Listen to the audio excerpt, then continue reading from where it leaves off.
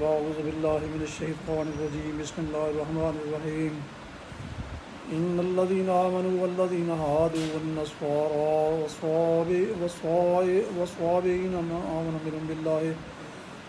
من آمن بالله واليوم الآخر وعمل صالحا فلهم أجرهم عند ربهم ولا خوف عليهم ولا هم يحزنون وإذا أخذنا ميثاقكم ورفعنا فوقكم الطور خذوا ما آتيناكم بقوة واذكروا ما فيه لعلكم تتقون ثم توليتم من بعد ذلك فلولا فضل الله عليكم ورحمته لكنتم من الخاسرين ولقد علمتم الذين اعتدوا منكم في السبت فقلنا لهم كونوا قردة خاسئين فجعلناها نكالا لما بين يديها وما خلفها وموعظة للمتقين إذ قال موسى لقومه إن الله يأمركم أن تذبحوا بقرة قالوا وتتخذنا هزوا قال أعوذ بالله أن أكون من الجاهلين قالوا ادع لنا ربك يبين لنا ما هي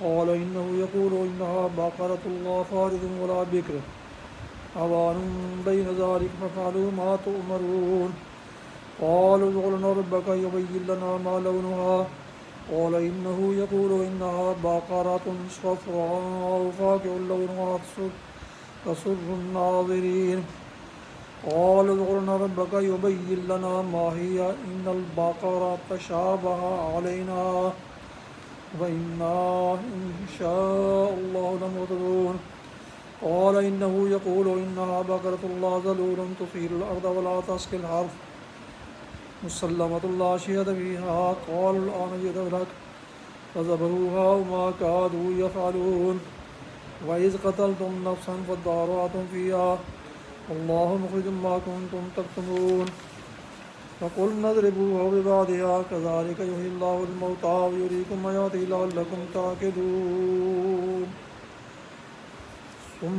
ثم قست قلوبكم من بعد ذلك فهي كالحجارة أو أشد قسوة وإن من الحجارة لما يتفجر منه الأنهار وإن منها لما يشقق فيخرج منه الماء وإن منها لما يهبط من خشية الله وما الله بغافل عما تعملون صدق اللہ العظیم. ناظرین سامعین السلام علیکم ورحمۃ اللہ وبرکاتہ.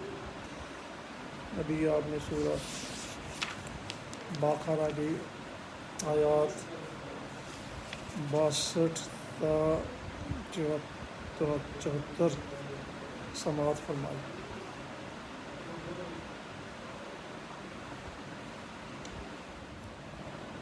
وَإِذْ قَالَ مُوسَىٰ لِقَوْمِهِ إِنَّ اللَّهَ يَأْمُرُكُمْ أَن تَذْبَحُوا بَقَرَةً. پھر وہ واقعہ یاد کرو جب موسیٰ نے اپنی قوم سے کہا کہ اللہ تمہیں گائے ذبح کرنے کا حکم دیتا ہے. کہنے لگے کیا تم ہم سے مذاق کرتے ہو؟ موسیٰ نے کہا کہ میں اس سے خدا کی پناہ مانگتا ہوں کہ جاہلوں کی سی باتیں کروں. قالوا ادع لنا ربك يبين لنا ما هي. بولے اچھا اپنے رب سے درخواست کرو کہ وہ ہمیں اس گائے کی کچھ تفسیر بتائے. موسیٰ نے کہا اللہ کا ارشاد ہے کہ وہ ایسی گائے ہونی چاہیے جو نہ بوڑھی ہو نہ بچیا بلکہ اوسط عمر کی ہو. لہٰذا جو حکم دیا جاتا ہے اس کی تعمیل کرو. قال ادع لنا ربك يبين لنا ما لونها. پھر کہنے لگے اپنے رب سے یہ اور پوچھ دو کہ اس کا رنگ کیسا ہو. موسیٰ نے کہا کہ وہ فرماتا ہے زرد رنگ کی گائے ہونی چاہیے جس کا رنگ ایسا شوخ ہو کہ دینے والوں کا جی خوش ہو جائے. قالوا ادع لنا ربك يبين لنا ما هي إن البقرة تشابه علینا. پھر بولے اپنے رب سے صاف صاف پوچھ کر بتاؤ کیسی گائے مطلوب ہے، ہمیں اس کی تعین میں اشتباہ ہو گیا ہے، اللہ نے چاہا تو ہم اس کا پتہ پا لیں گے۔ قال انه يقول انها بقرة لا ذلول تثير الارض ولا تسقي الحرث۔ موسیٰ نے جواب دیا، اللہ کہتا ہے کہ وہ ایسی گائے ہے جس سے خدمت نہیں لی جاتی، نہ زمین جوتتی ہے نہ پانی کھینچتی ہے، صحیح سالم اور بے داغ ہے۔ اس پر وہ پکار اٹھے کہ ہاں اب تم نے ٹھیک پتہ بتایا ہے کہ انہوں نے اسے ذبح کیا، ورنہ وہ ایسا کرتے معلوم نہ ہوتے تھے۔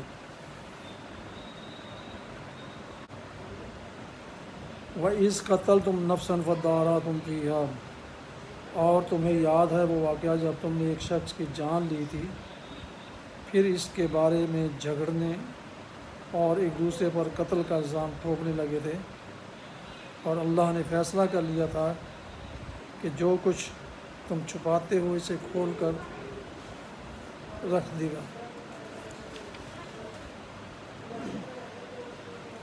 فَقُلْنَا اضْرِبُوهُ بِبَعْضِهَا، اس وقت ہم نے حکم دیا کہ مقتول کی لاش کو اس کے ایک حصے سے ضرب لگاؤ، دیکھو اس طرح اللہ مردوں کو زندگی بخشتا ہے اور تمہیں اپنی نشانیاں دکھاتا ہے تاکہ تم سمجھو۔ ثُمَّ قَسَتْ قُلُوبُكُم مِّن بَعْدِ ذَلِكَ فَهِيَ كَالْحِجَارَةِ أَوْ أَشَدُّ قَسْوَةً، مگر ایسی نشانیاں دیکھنے کے بعد بھی آخر کار تمہارے دل سخت ہو گئے، پتھروں کی طرح سخت، بلکہ سختی میں کچھ ان سے بھی بڑے ہوئے، کیونکہ پتھروں میں سے تو کوئی ایسا بھی ہوتا ہے جس میں سے چشمے پھوٹ بہتے ہیں، کوئی پھٹتا ہے اور اس میں سے پانی نکل آتا ہے، اور کوئی خدا کے خوف سے لرز کر گر بھی پڑتا ہے۔ اللہ تمہاری کرتوتوں سے بے خبر نہیں ہے۔ سامعین کرام، آپ نے سورہ البقرہ کی آیت 62 تا 74 کی تلاوت اور ترجمہ سنا۔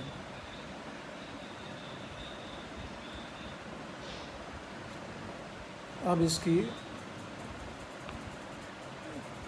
کچھ حصوں کی تفسیر سماعت فرمائیں۔ اس کا اجر اس کے رب کے پاس ہے اور اس کے لیے کسی خوف اور رنج کا موقع نہیں ہے۔ سلسلہ عبارت کو پیش نظر رکھنے سے یہ بات خود بخود واضح ہو جاتی ہے کہ یہاں ایمان اور اعمال صالح کی تفصیلات بیان کرنا مقصود نہیں ہے کہ کن کن باتوں کو آدمی مانے اور کیا کیا عمل کرے تو خدا کے ہاں اجر کا مستحق ہو۔ یہ چیزیں اپنے اپنے موقع پر تفصیل کے ساتھ آئیں گی۔ یہاں تو یہودیوں کے عزوں میں باطل کی تردید مقصود ہے کہ وہ صرف یہودی گروہ کو نجات کا اجارہ دار سمجھتے تھے۔ وہ اس خیال خام میں مبتلا تھے کہ ان کے گروہ سے اللہ کا کوئی خاص رشتہ ہے جو دوسرے انسانوں سے نہیں ہے، لہٰذا جو ان کے گروہ سے تعلق رکھتا ہے وہ خواہ اعمال اور عقائد کے لحاظ سے کیسا ہی ہو، بہرحال نجات اس کے لیے مقدر ہے، اور باقی تمام انسان جو ان کے گروہ سے باہر ہیں وہ صرف جہنم کا ایندھن بننے کے لیے پیدا ہوئے ہیں۔ اس غلط فہمی کو دور کرنے کے لیے فرمایا جا رہا ہے کہ اللہ کے ہاں اصل چیز تمہاری یہ گروہ بندیاں نہیں ہیں، بلکہ وہاں جو کچھ اعتبار ہے وہ ایمان اور عمل صالح کا ہے۔ جو انسان بھی یہ چیزیں لے کر حاضر ہوگا وہ اپنے رب سے اپنا اجر پائے گا۔ خدا کے ہاں فیصلہ آدمی کی صفات پر ہوگا، نہ کہ تمہاری مردم شماری کے رجسٹروں پر۔ پھر تمہیں اپنی قوم کے ان لوگوں کا قصہ تو معلوم ہی ہے جنہوں نے سبت کا قانون توڑا تھا۔ سبت یعنی ہفتے کا دن۔ بنی اسرائیل کے لیے یہ قانون مقرر کیا گیا تھا کہ وہ ہفتے کو آرام اور عبادت کے لیے مخصوص رکھیں۔ اس روز کسی قسم کا دنیاوی کام، حتیٰ کہ کھانا پکانے کا کام بھی نہ خود کریں نہ اپنے خادموں سے لیں۔ اس باب میں یہاں تک تاکیدی احکام تھے کہ جو شخص اس مقدس دن کی حرمت کو توڑے وہ واجب القتل ہے۔ لیکن جب بنی اسرائیل پر اخلاقی و دینی انحطاط کا دور آیا تو وہ اعلان سبت کی بے حرمتی کرنے لگے، حتیٰ کہ ان کے شہروں میں کھلے بندوں سبت کے روز تجارت ہونے لگی۔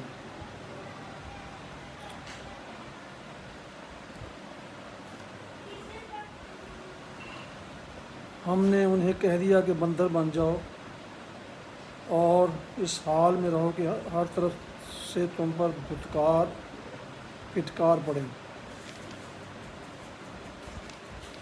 اس واقعے کی تفسیر آگے سورہ اعراف کی رکوع 21 میں آتی ہے۔ ان کے بندر بنائے جانے کی کیفیت میں اختلاف ہے۔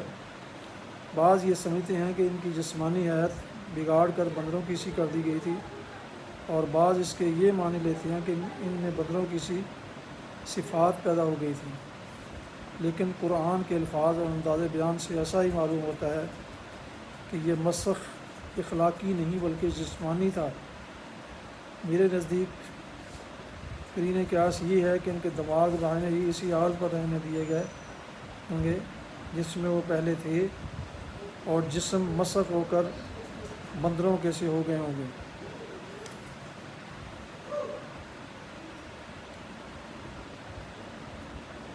اس پر وہ پکار اٹھے کہ ہاں اب تم نے ٹھیک پتہ بتایا۔ پھر انہوں نے اسے ذبح کیا، اور ورنہ وہ ایسا کرتے معلوم نہ ہوتے تھے، کیونکہ ان لوگوں کو اپنی ہمسایہ قوموں سے گائے کی عظمت و تقدیس اور گاؤ پرستی کے مرض کی چھوت لگ گئی تھی، اس لیے ان کو حکم دیا گیا کہ گائے ذبح کریں۔ ان کے ایمان کا امتحان ہی اسی طرح ہو سکتا تھا کہ اگر وہ واقعی اب خدا کے سوا کسی کو معبود نہیں سمجھتے تو یہ عقیدہ اختیار کرنے سے پہلے جس بت کو معبود سمجھتے رہے ہیں اسے اپنے ہاتھ سے توڑیں۔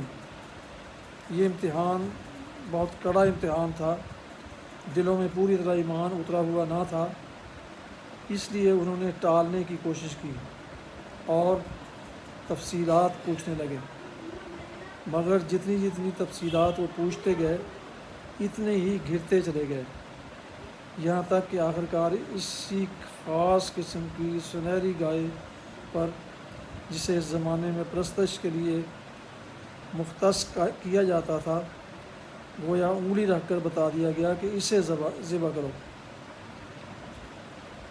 بائبل میں بھی اس واقعے کی طرف اشارہ ہے، مگر وہاں یہ ذکر نہیں ہے کہ بنی اسرائیل نے اس حکم کو کس طرح ٹالنے کی کوشش کی تھی۔ دیکھو، اس طرح اللہ مردوں کو زندگی بخشتا ہے اور تمہیں اپنی نشانیاں دکھاتا ہے تاکہ تم سمجھو۔ اس مقام پر یہ بات تو بالکل صریح معلوم ہوتی ہے کہ مقتول کے اندر دوبارہ اتنی دیر کے لیے جان ڈالی گئی کہ وہ قاتل کا پتہ بتا دے، لیکن اس غرض کے لیے جو تدبیر بتائی گئی تھی، یعنی لاش کو اس کے ایک حصے سے ضرب لگاؤ، اور اس کے الفاظ میں کچھ ابہام محسوس ہوتا ہے، تاہم اس کا قریب ترین مفہوم وہی ہے جو قدیم مفسرین نے بیان کیا ہے، یعنی یہ کہ اوپر جس گائے کے ذبح کرنے کا حکم دیا گیا تھا اسی کے گوشت سے مقتول کی لاش پر ضرب لگانے کا حکم ہوا۔ اس طرح گویا بدقسمہ دو کار ہوئے، ایک یہ کہ اللہ کی قدرت کا ایک نشان انہیں دکھایا گیا، دوسرے یہ کہ گائے کی عظمت و تقدیس اور اس کی معبودیت پر بھی ایک کاری ضرب لگائی گئی کہ اس نام نہاد معبود کے پاس اگر کچھ بھی طاقت ہوتی تو اسے ذبح کرنے سے ایک آفت برپا ہونی چاہیے تھی، نہ کہ اس کا ذبح ہونا الٹا مفید ثابت ہو۔ صدق اللہ العظیم، صدق رسول اللہ۔ سامعین ناظرین کرام، ابھی آپ نے سورہ البقرہ کی آیات 62 تا 74